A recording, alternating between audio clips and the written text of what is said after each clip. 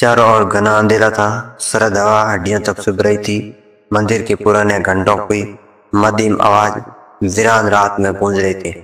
रामटेक गांव के बाहर पीपल के विशाल वृक्ष के नीचे एक स्त्री बैठी थी। उसके चेहरे पर उदासी थी, आंखों में अनगिनत कहानियां दबी थी। वह रोज इसी वक्त वहां आती, किसी की राह देखती और फिर सिसकते हुए लौट जाती। गांव के बुजुर्ग कहते थे कि वह मोहिनी है, जिसके अतीत इस गांव की सबसे भयानक दास्तान में दफन है। कहते हैं जब भी वह स्त्री रोती है, गांव में किसी न किसी की मौत हो जाती है। लेकिन कौन थी वह और क्यों उसका दर्द पूरे गांव के लिए साफ बना? रात के ठीक 12 बजे जब पूरा गांव गहरी नींद में था, तभी अचानक हवाएं तेज होने लगी। मंदिर की घंटियां खुद ब खुद बजने लगी और दूर कहीं से एक स्त्री की चीख गूंज उठी। गांव के लोग भयभीत होकर घरों में दुबक गए। लेकिन ठाकुर रणविजय, जो गांव के सबसे साहसी व्यक्ति माने जाते थे, उन्होंने उस चीख की दिशा में जाने की ठानी। जैसे ही वे पीपल के पेड़ के पास पहुंचे, वहां की जमीन हिलने लगी और फिर उनके सामने अचानक एक ताबूत जमीन से बाहर निकल आया। ताबूत पर खून के धब्बे थे, जैसे किसी ने इसे बंद करने से पहले बहुत संघर्ष किया हो। रणविजय की आंखों के सामने अंधेरा सा गया, उनके हाथ कांपने लगे। ये वही ताबूत था जिसके बारे में बुजुर्गों ने चेतावनी दी थी, जो भी इसे खोलेगा वह मौत को दावत देगा। ताबूत के बाहर निकल रही पूरे गांव में हलचल मच गई। जिस किसी ने भी ये दृश्य देखा, उसकी चीख निकल गई।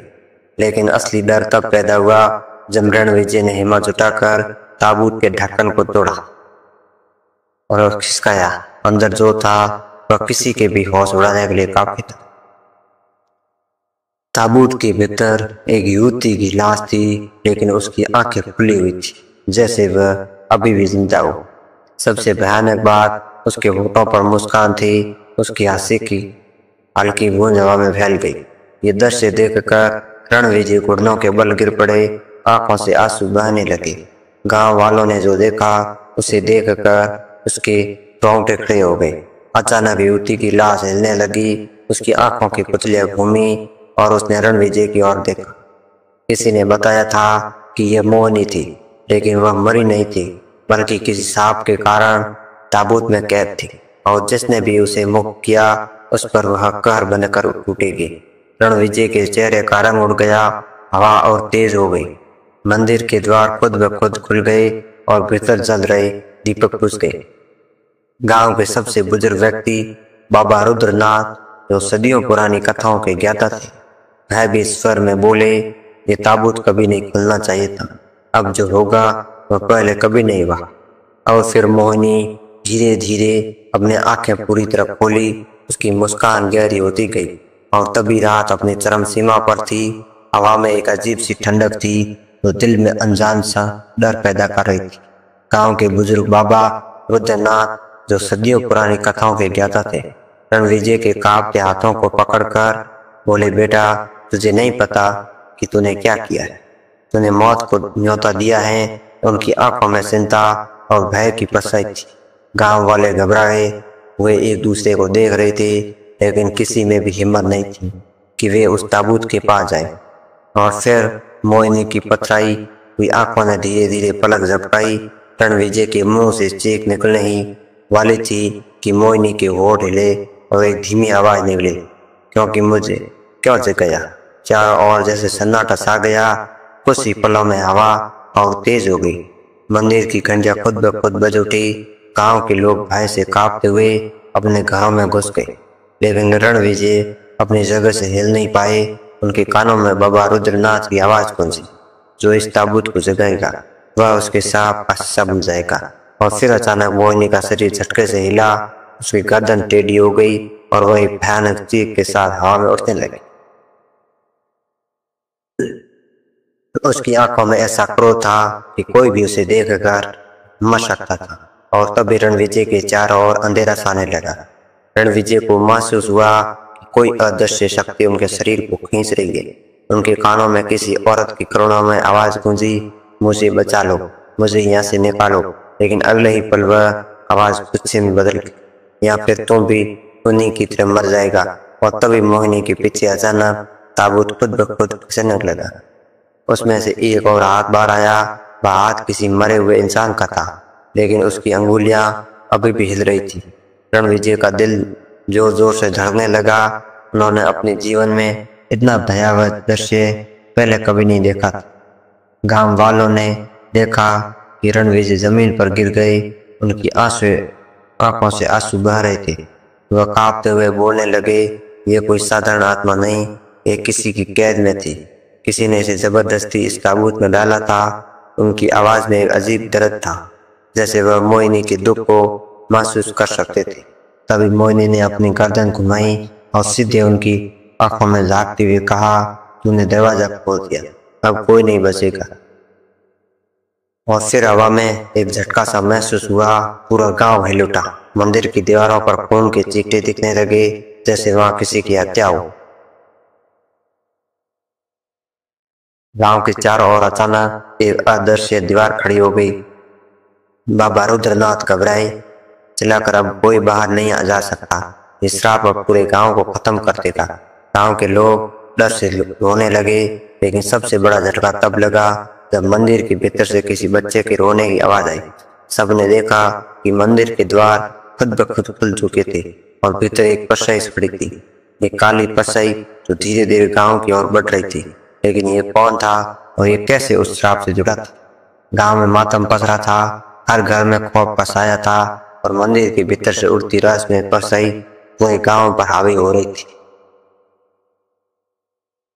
मोहिनी हवा में तैर रही थी। उसकी आंखों में जलता हुआ क्रोध था। रणविजय अपने घुटनों पर गिर गए।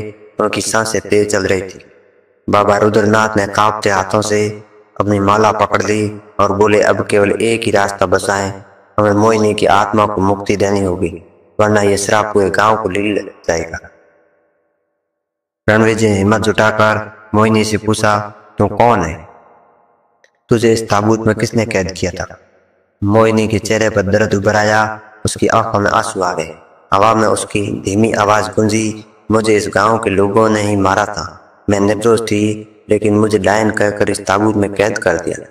मेरा अपराध सिर्फ इतना था कि मैं एक विधवा थी और गांव वालों को मेरा अस्तित्व पसंद नहीं था।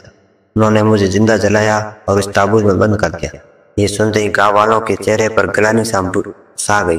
बुजुर्ग ने सिर झुका लिया और तभी वह काली परछाई जो मंदिर के भीतर थी अचानक गांव के बीचों बीच आकर खड़ी हो गई। ये कोई और नहीं बल्कि उसी तांत्रिक की आत्मा थी जिसने मोहिनी को श्रापित कर ताबूत में कैद किया। उसकी भयानक हंसी हवा में गूंजने लगी, तुम सबने इसे मारा, अब उसकी आत्मा कभी शांति नहीं कर पाएगी। लेकिन इससे पहले कि वह और कुछ बोलता, रणविजय ने माँ दुर्गा की मूर्ति से पवित्र जल उठाया और मोहिनी की ओर बढ़ाया। अगर तू निर्दोष थी तो ये जल तुझे मुक्त कर देगा। मोहिनी की आंखों में आंसू से लगाए उसने धीरे धीरे अपना हाथ आगे बढ़ाया और जैसे इसने पवित्र जल को छुआ पूरा आकाश चमक उठा। हवाएं शांत होने लगी और ताबूत अचानक जमीन में धंसने लगा। मोहिनी के चेहरे पर अब शांति थी। उसने गांव की ओर देखा और कहा, अब मैं मुक्त हूँ, लेकिन याद रखना औरत को कमजोर मत समझना। मैं चली जाऊंगी, लेकिन ये श्राप तब तक बना रहेगा जब तक तुम अपने पापों का परिचय नहीं करोगे। और ये कहते ही मोहिनी धीरे धीरे स्वर्ग की ओर उठने लगी। मंदिर की घंटियां बज रही थी और वह तांत्रिक चीखते चीखते जलकर राख बन गया। गांव अब आजाद हो चुका था।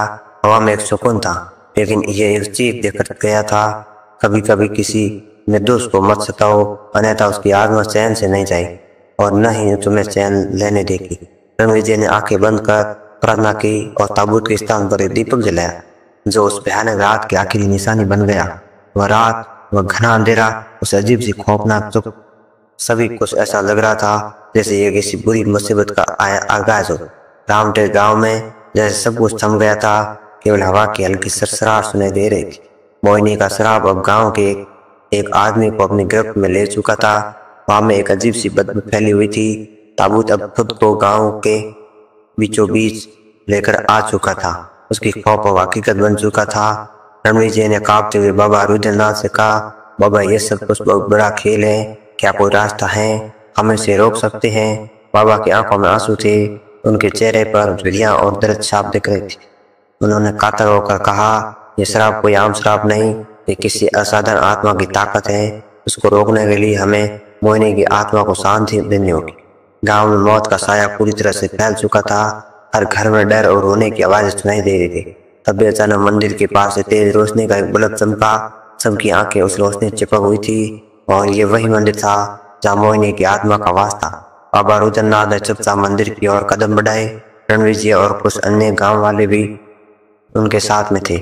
अचानक एक जोरदार आवाज सुनाई दी, जैसे कुछ भारी गिरा हो। फिर से हर तरफ सन्नाटा छा गया। मंदिर के अंदर घुसते ही उन्होंने देखा कि वह काली पसई जो पहले गांव की ओर बढ़ रही थी अब मंदिर में खड़ी थी।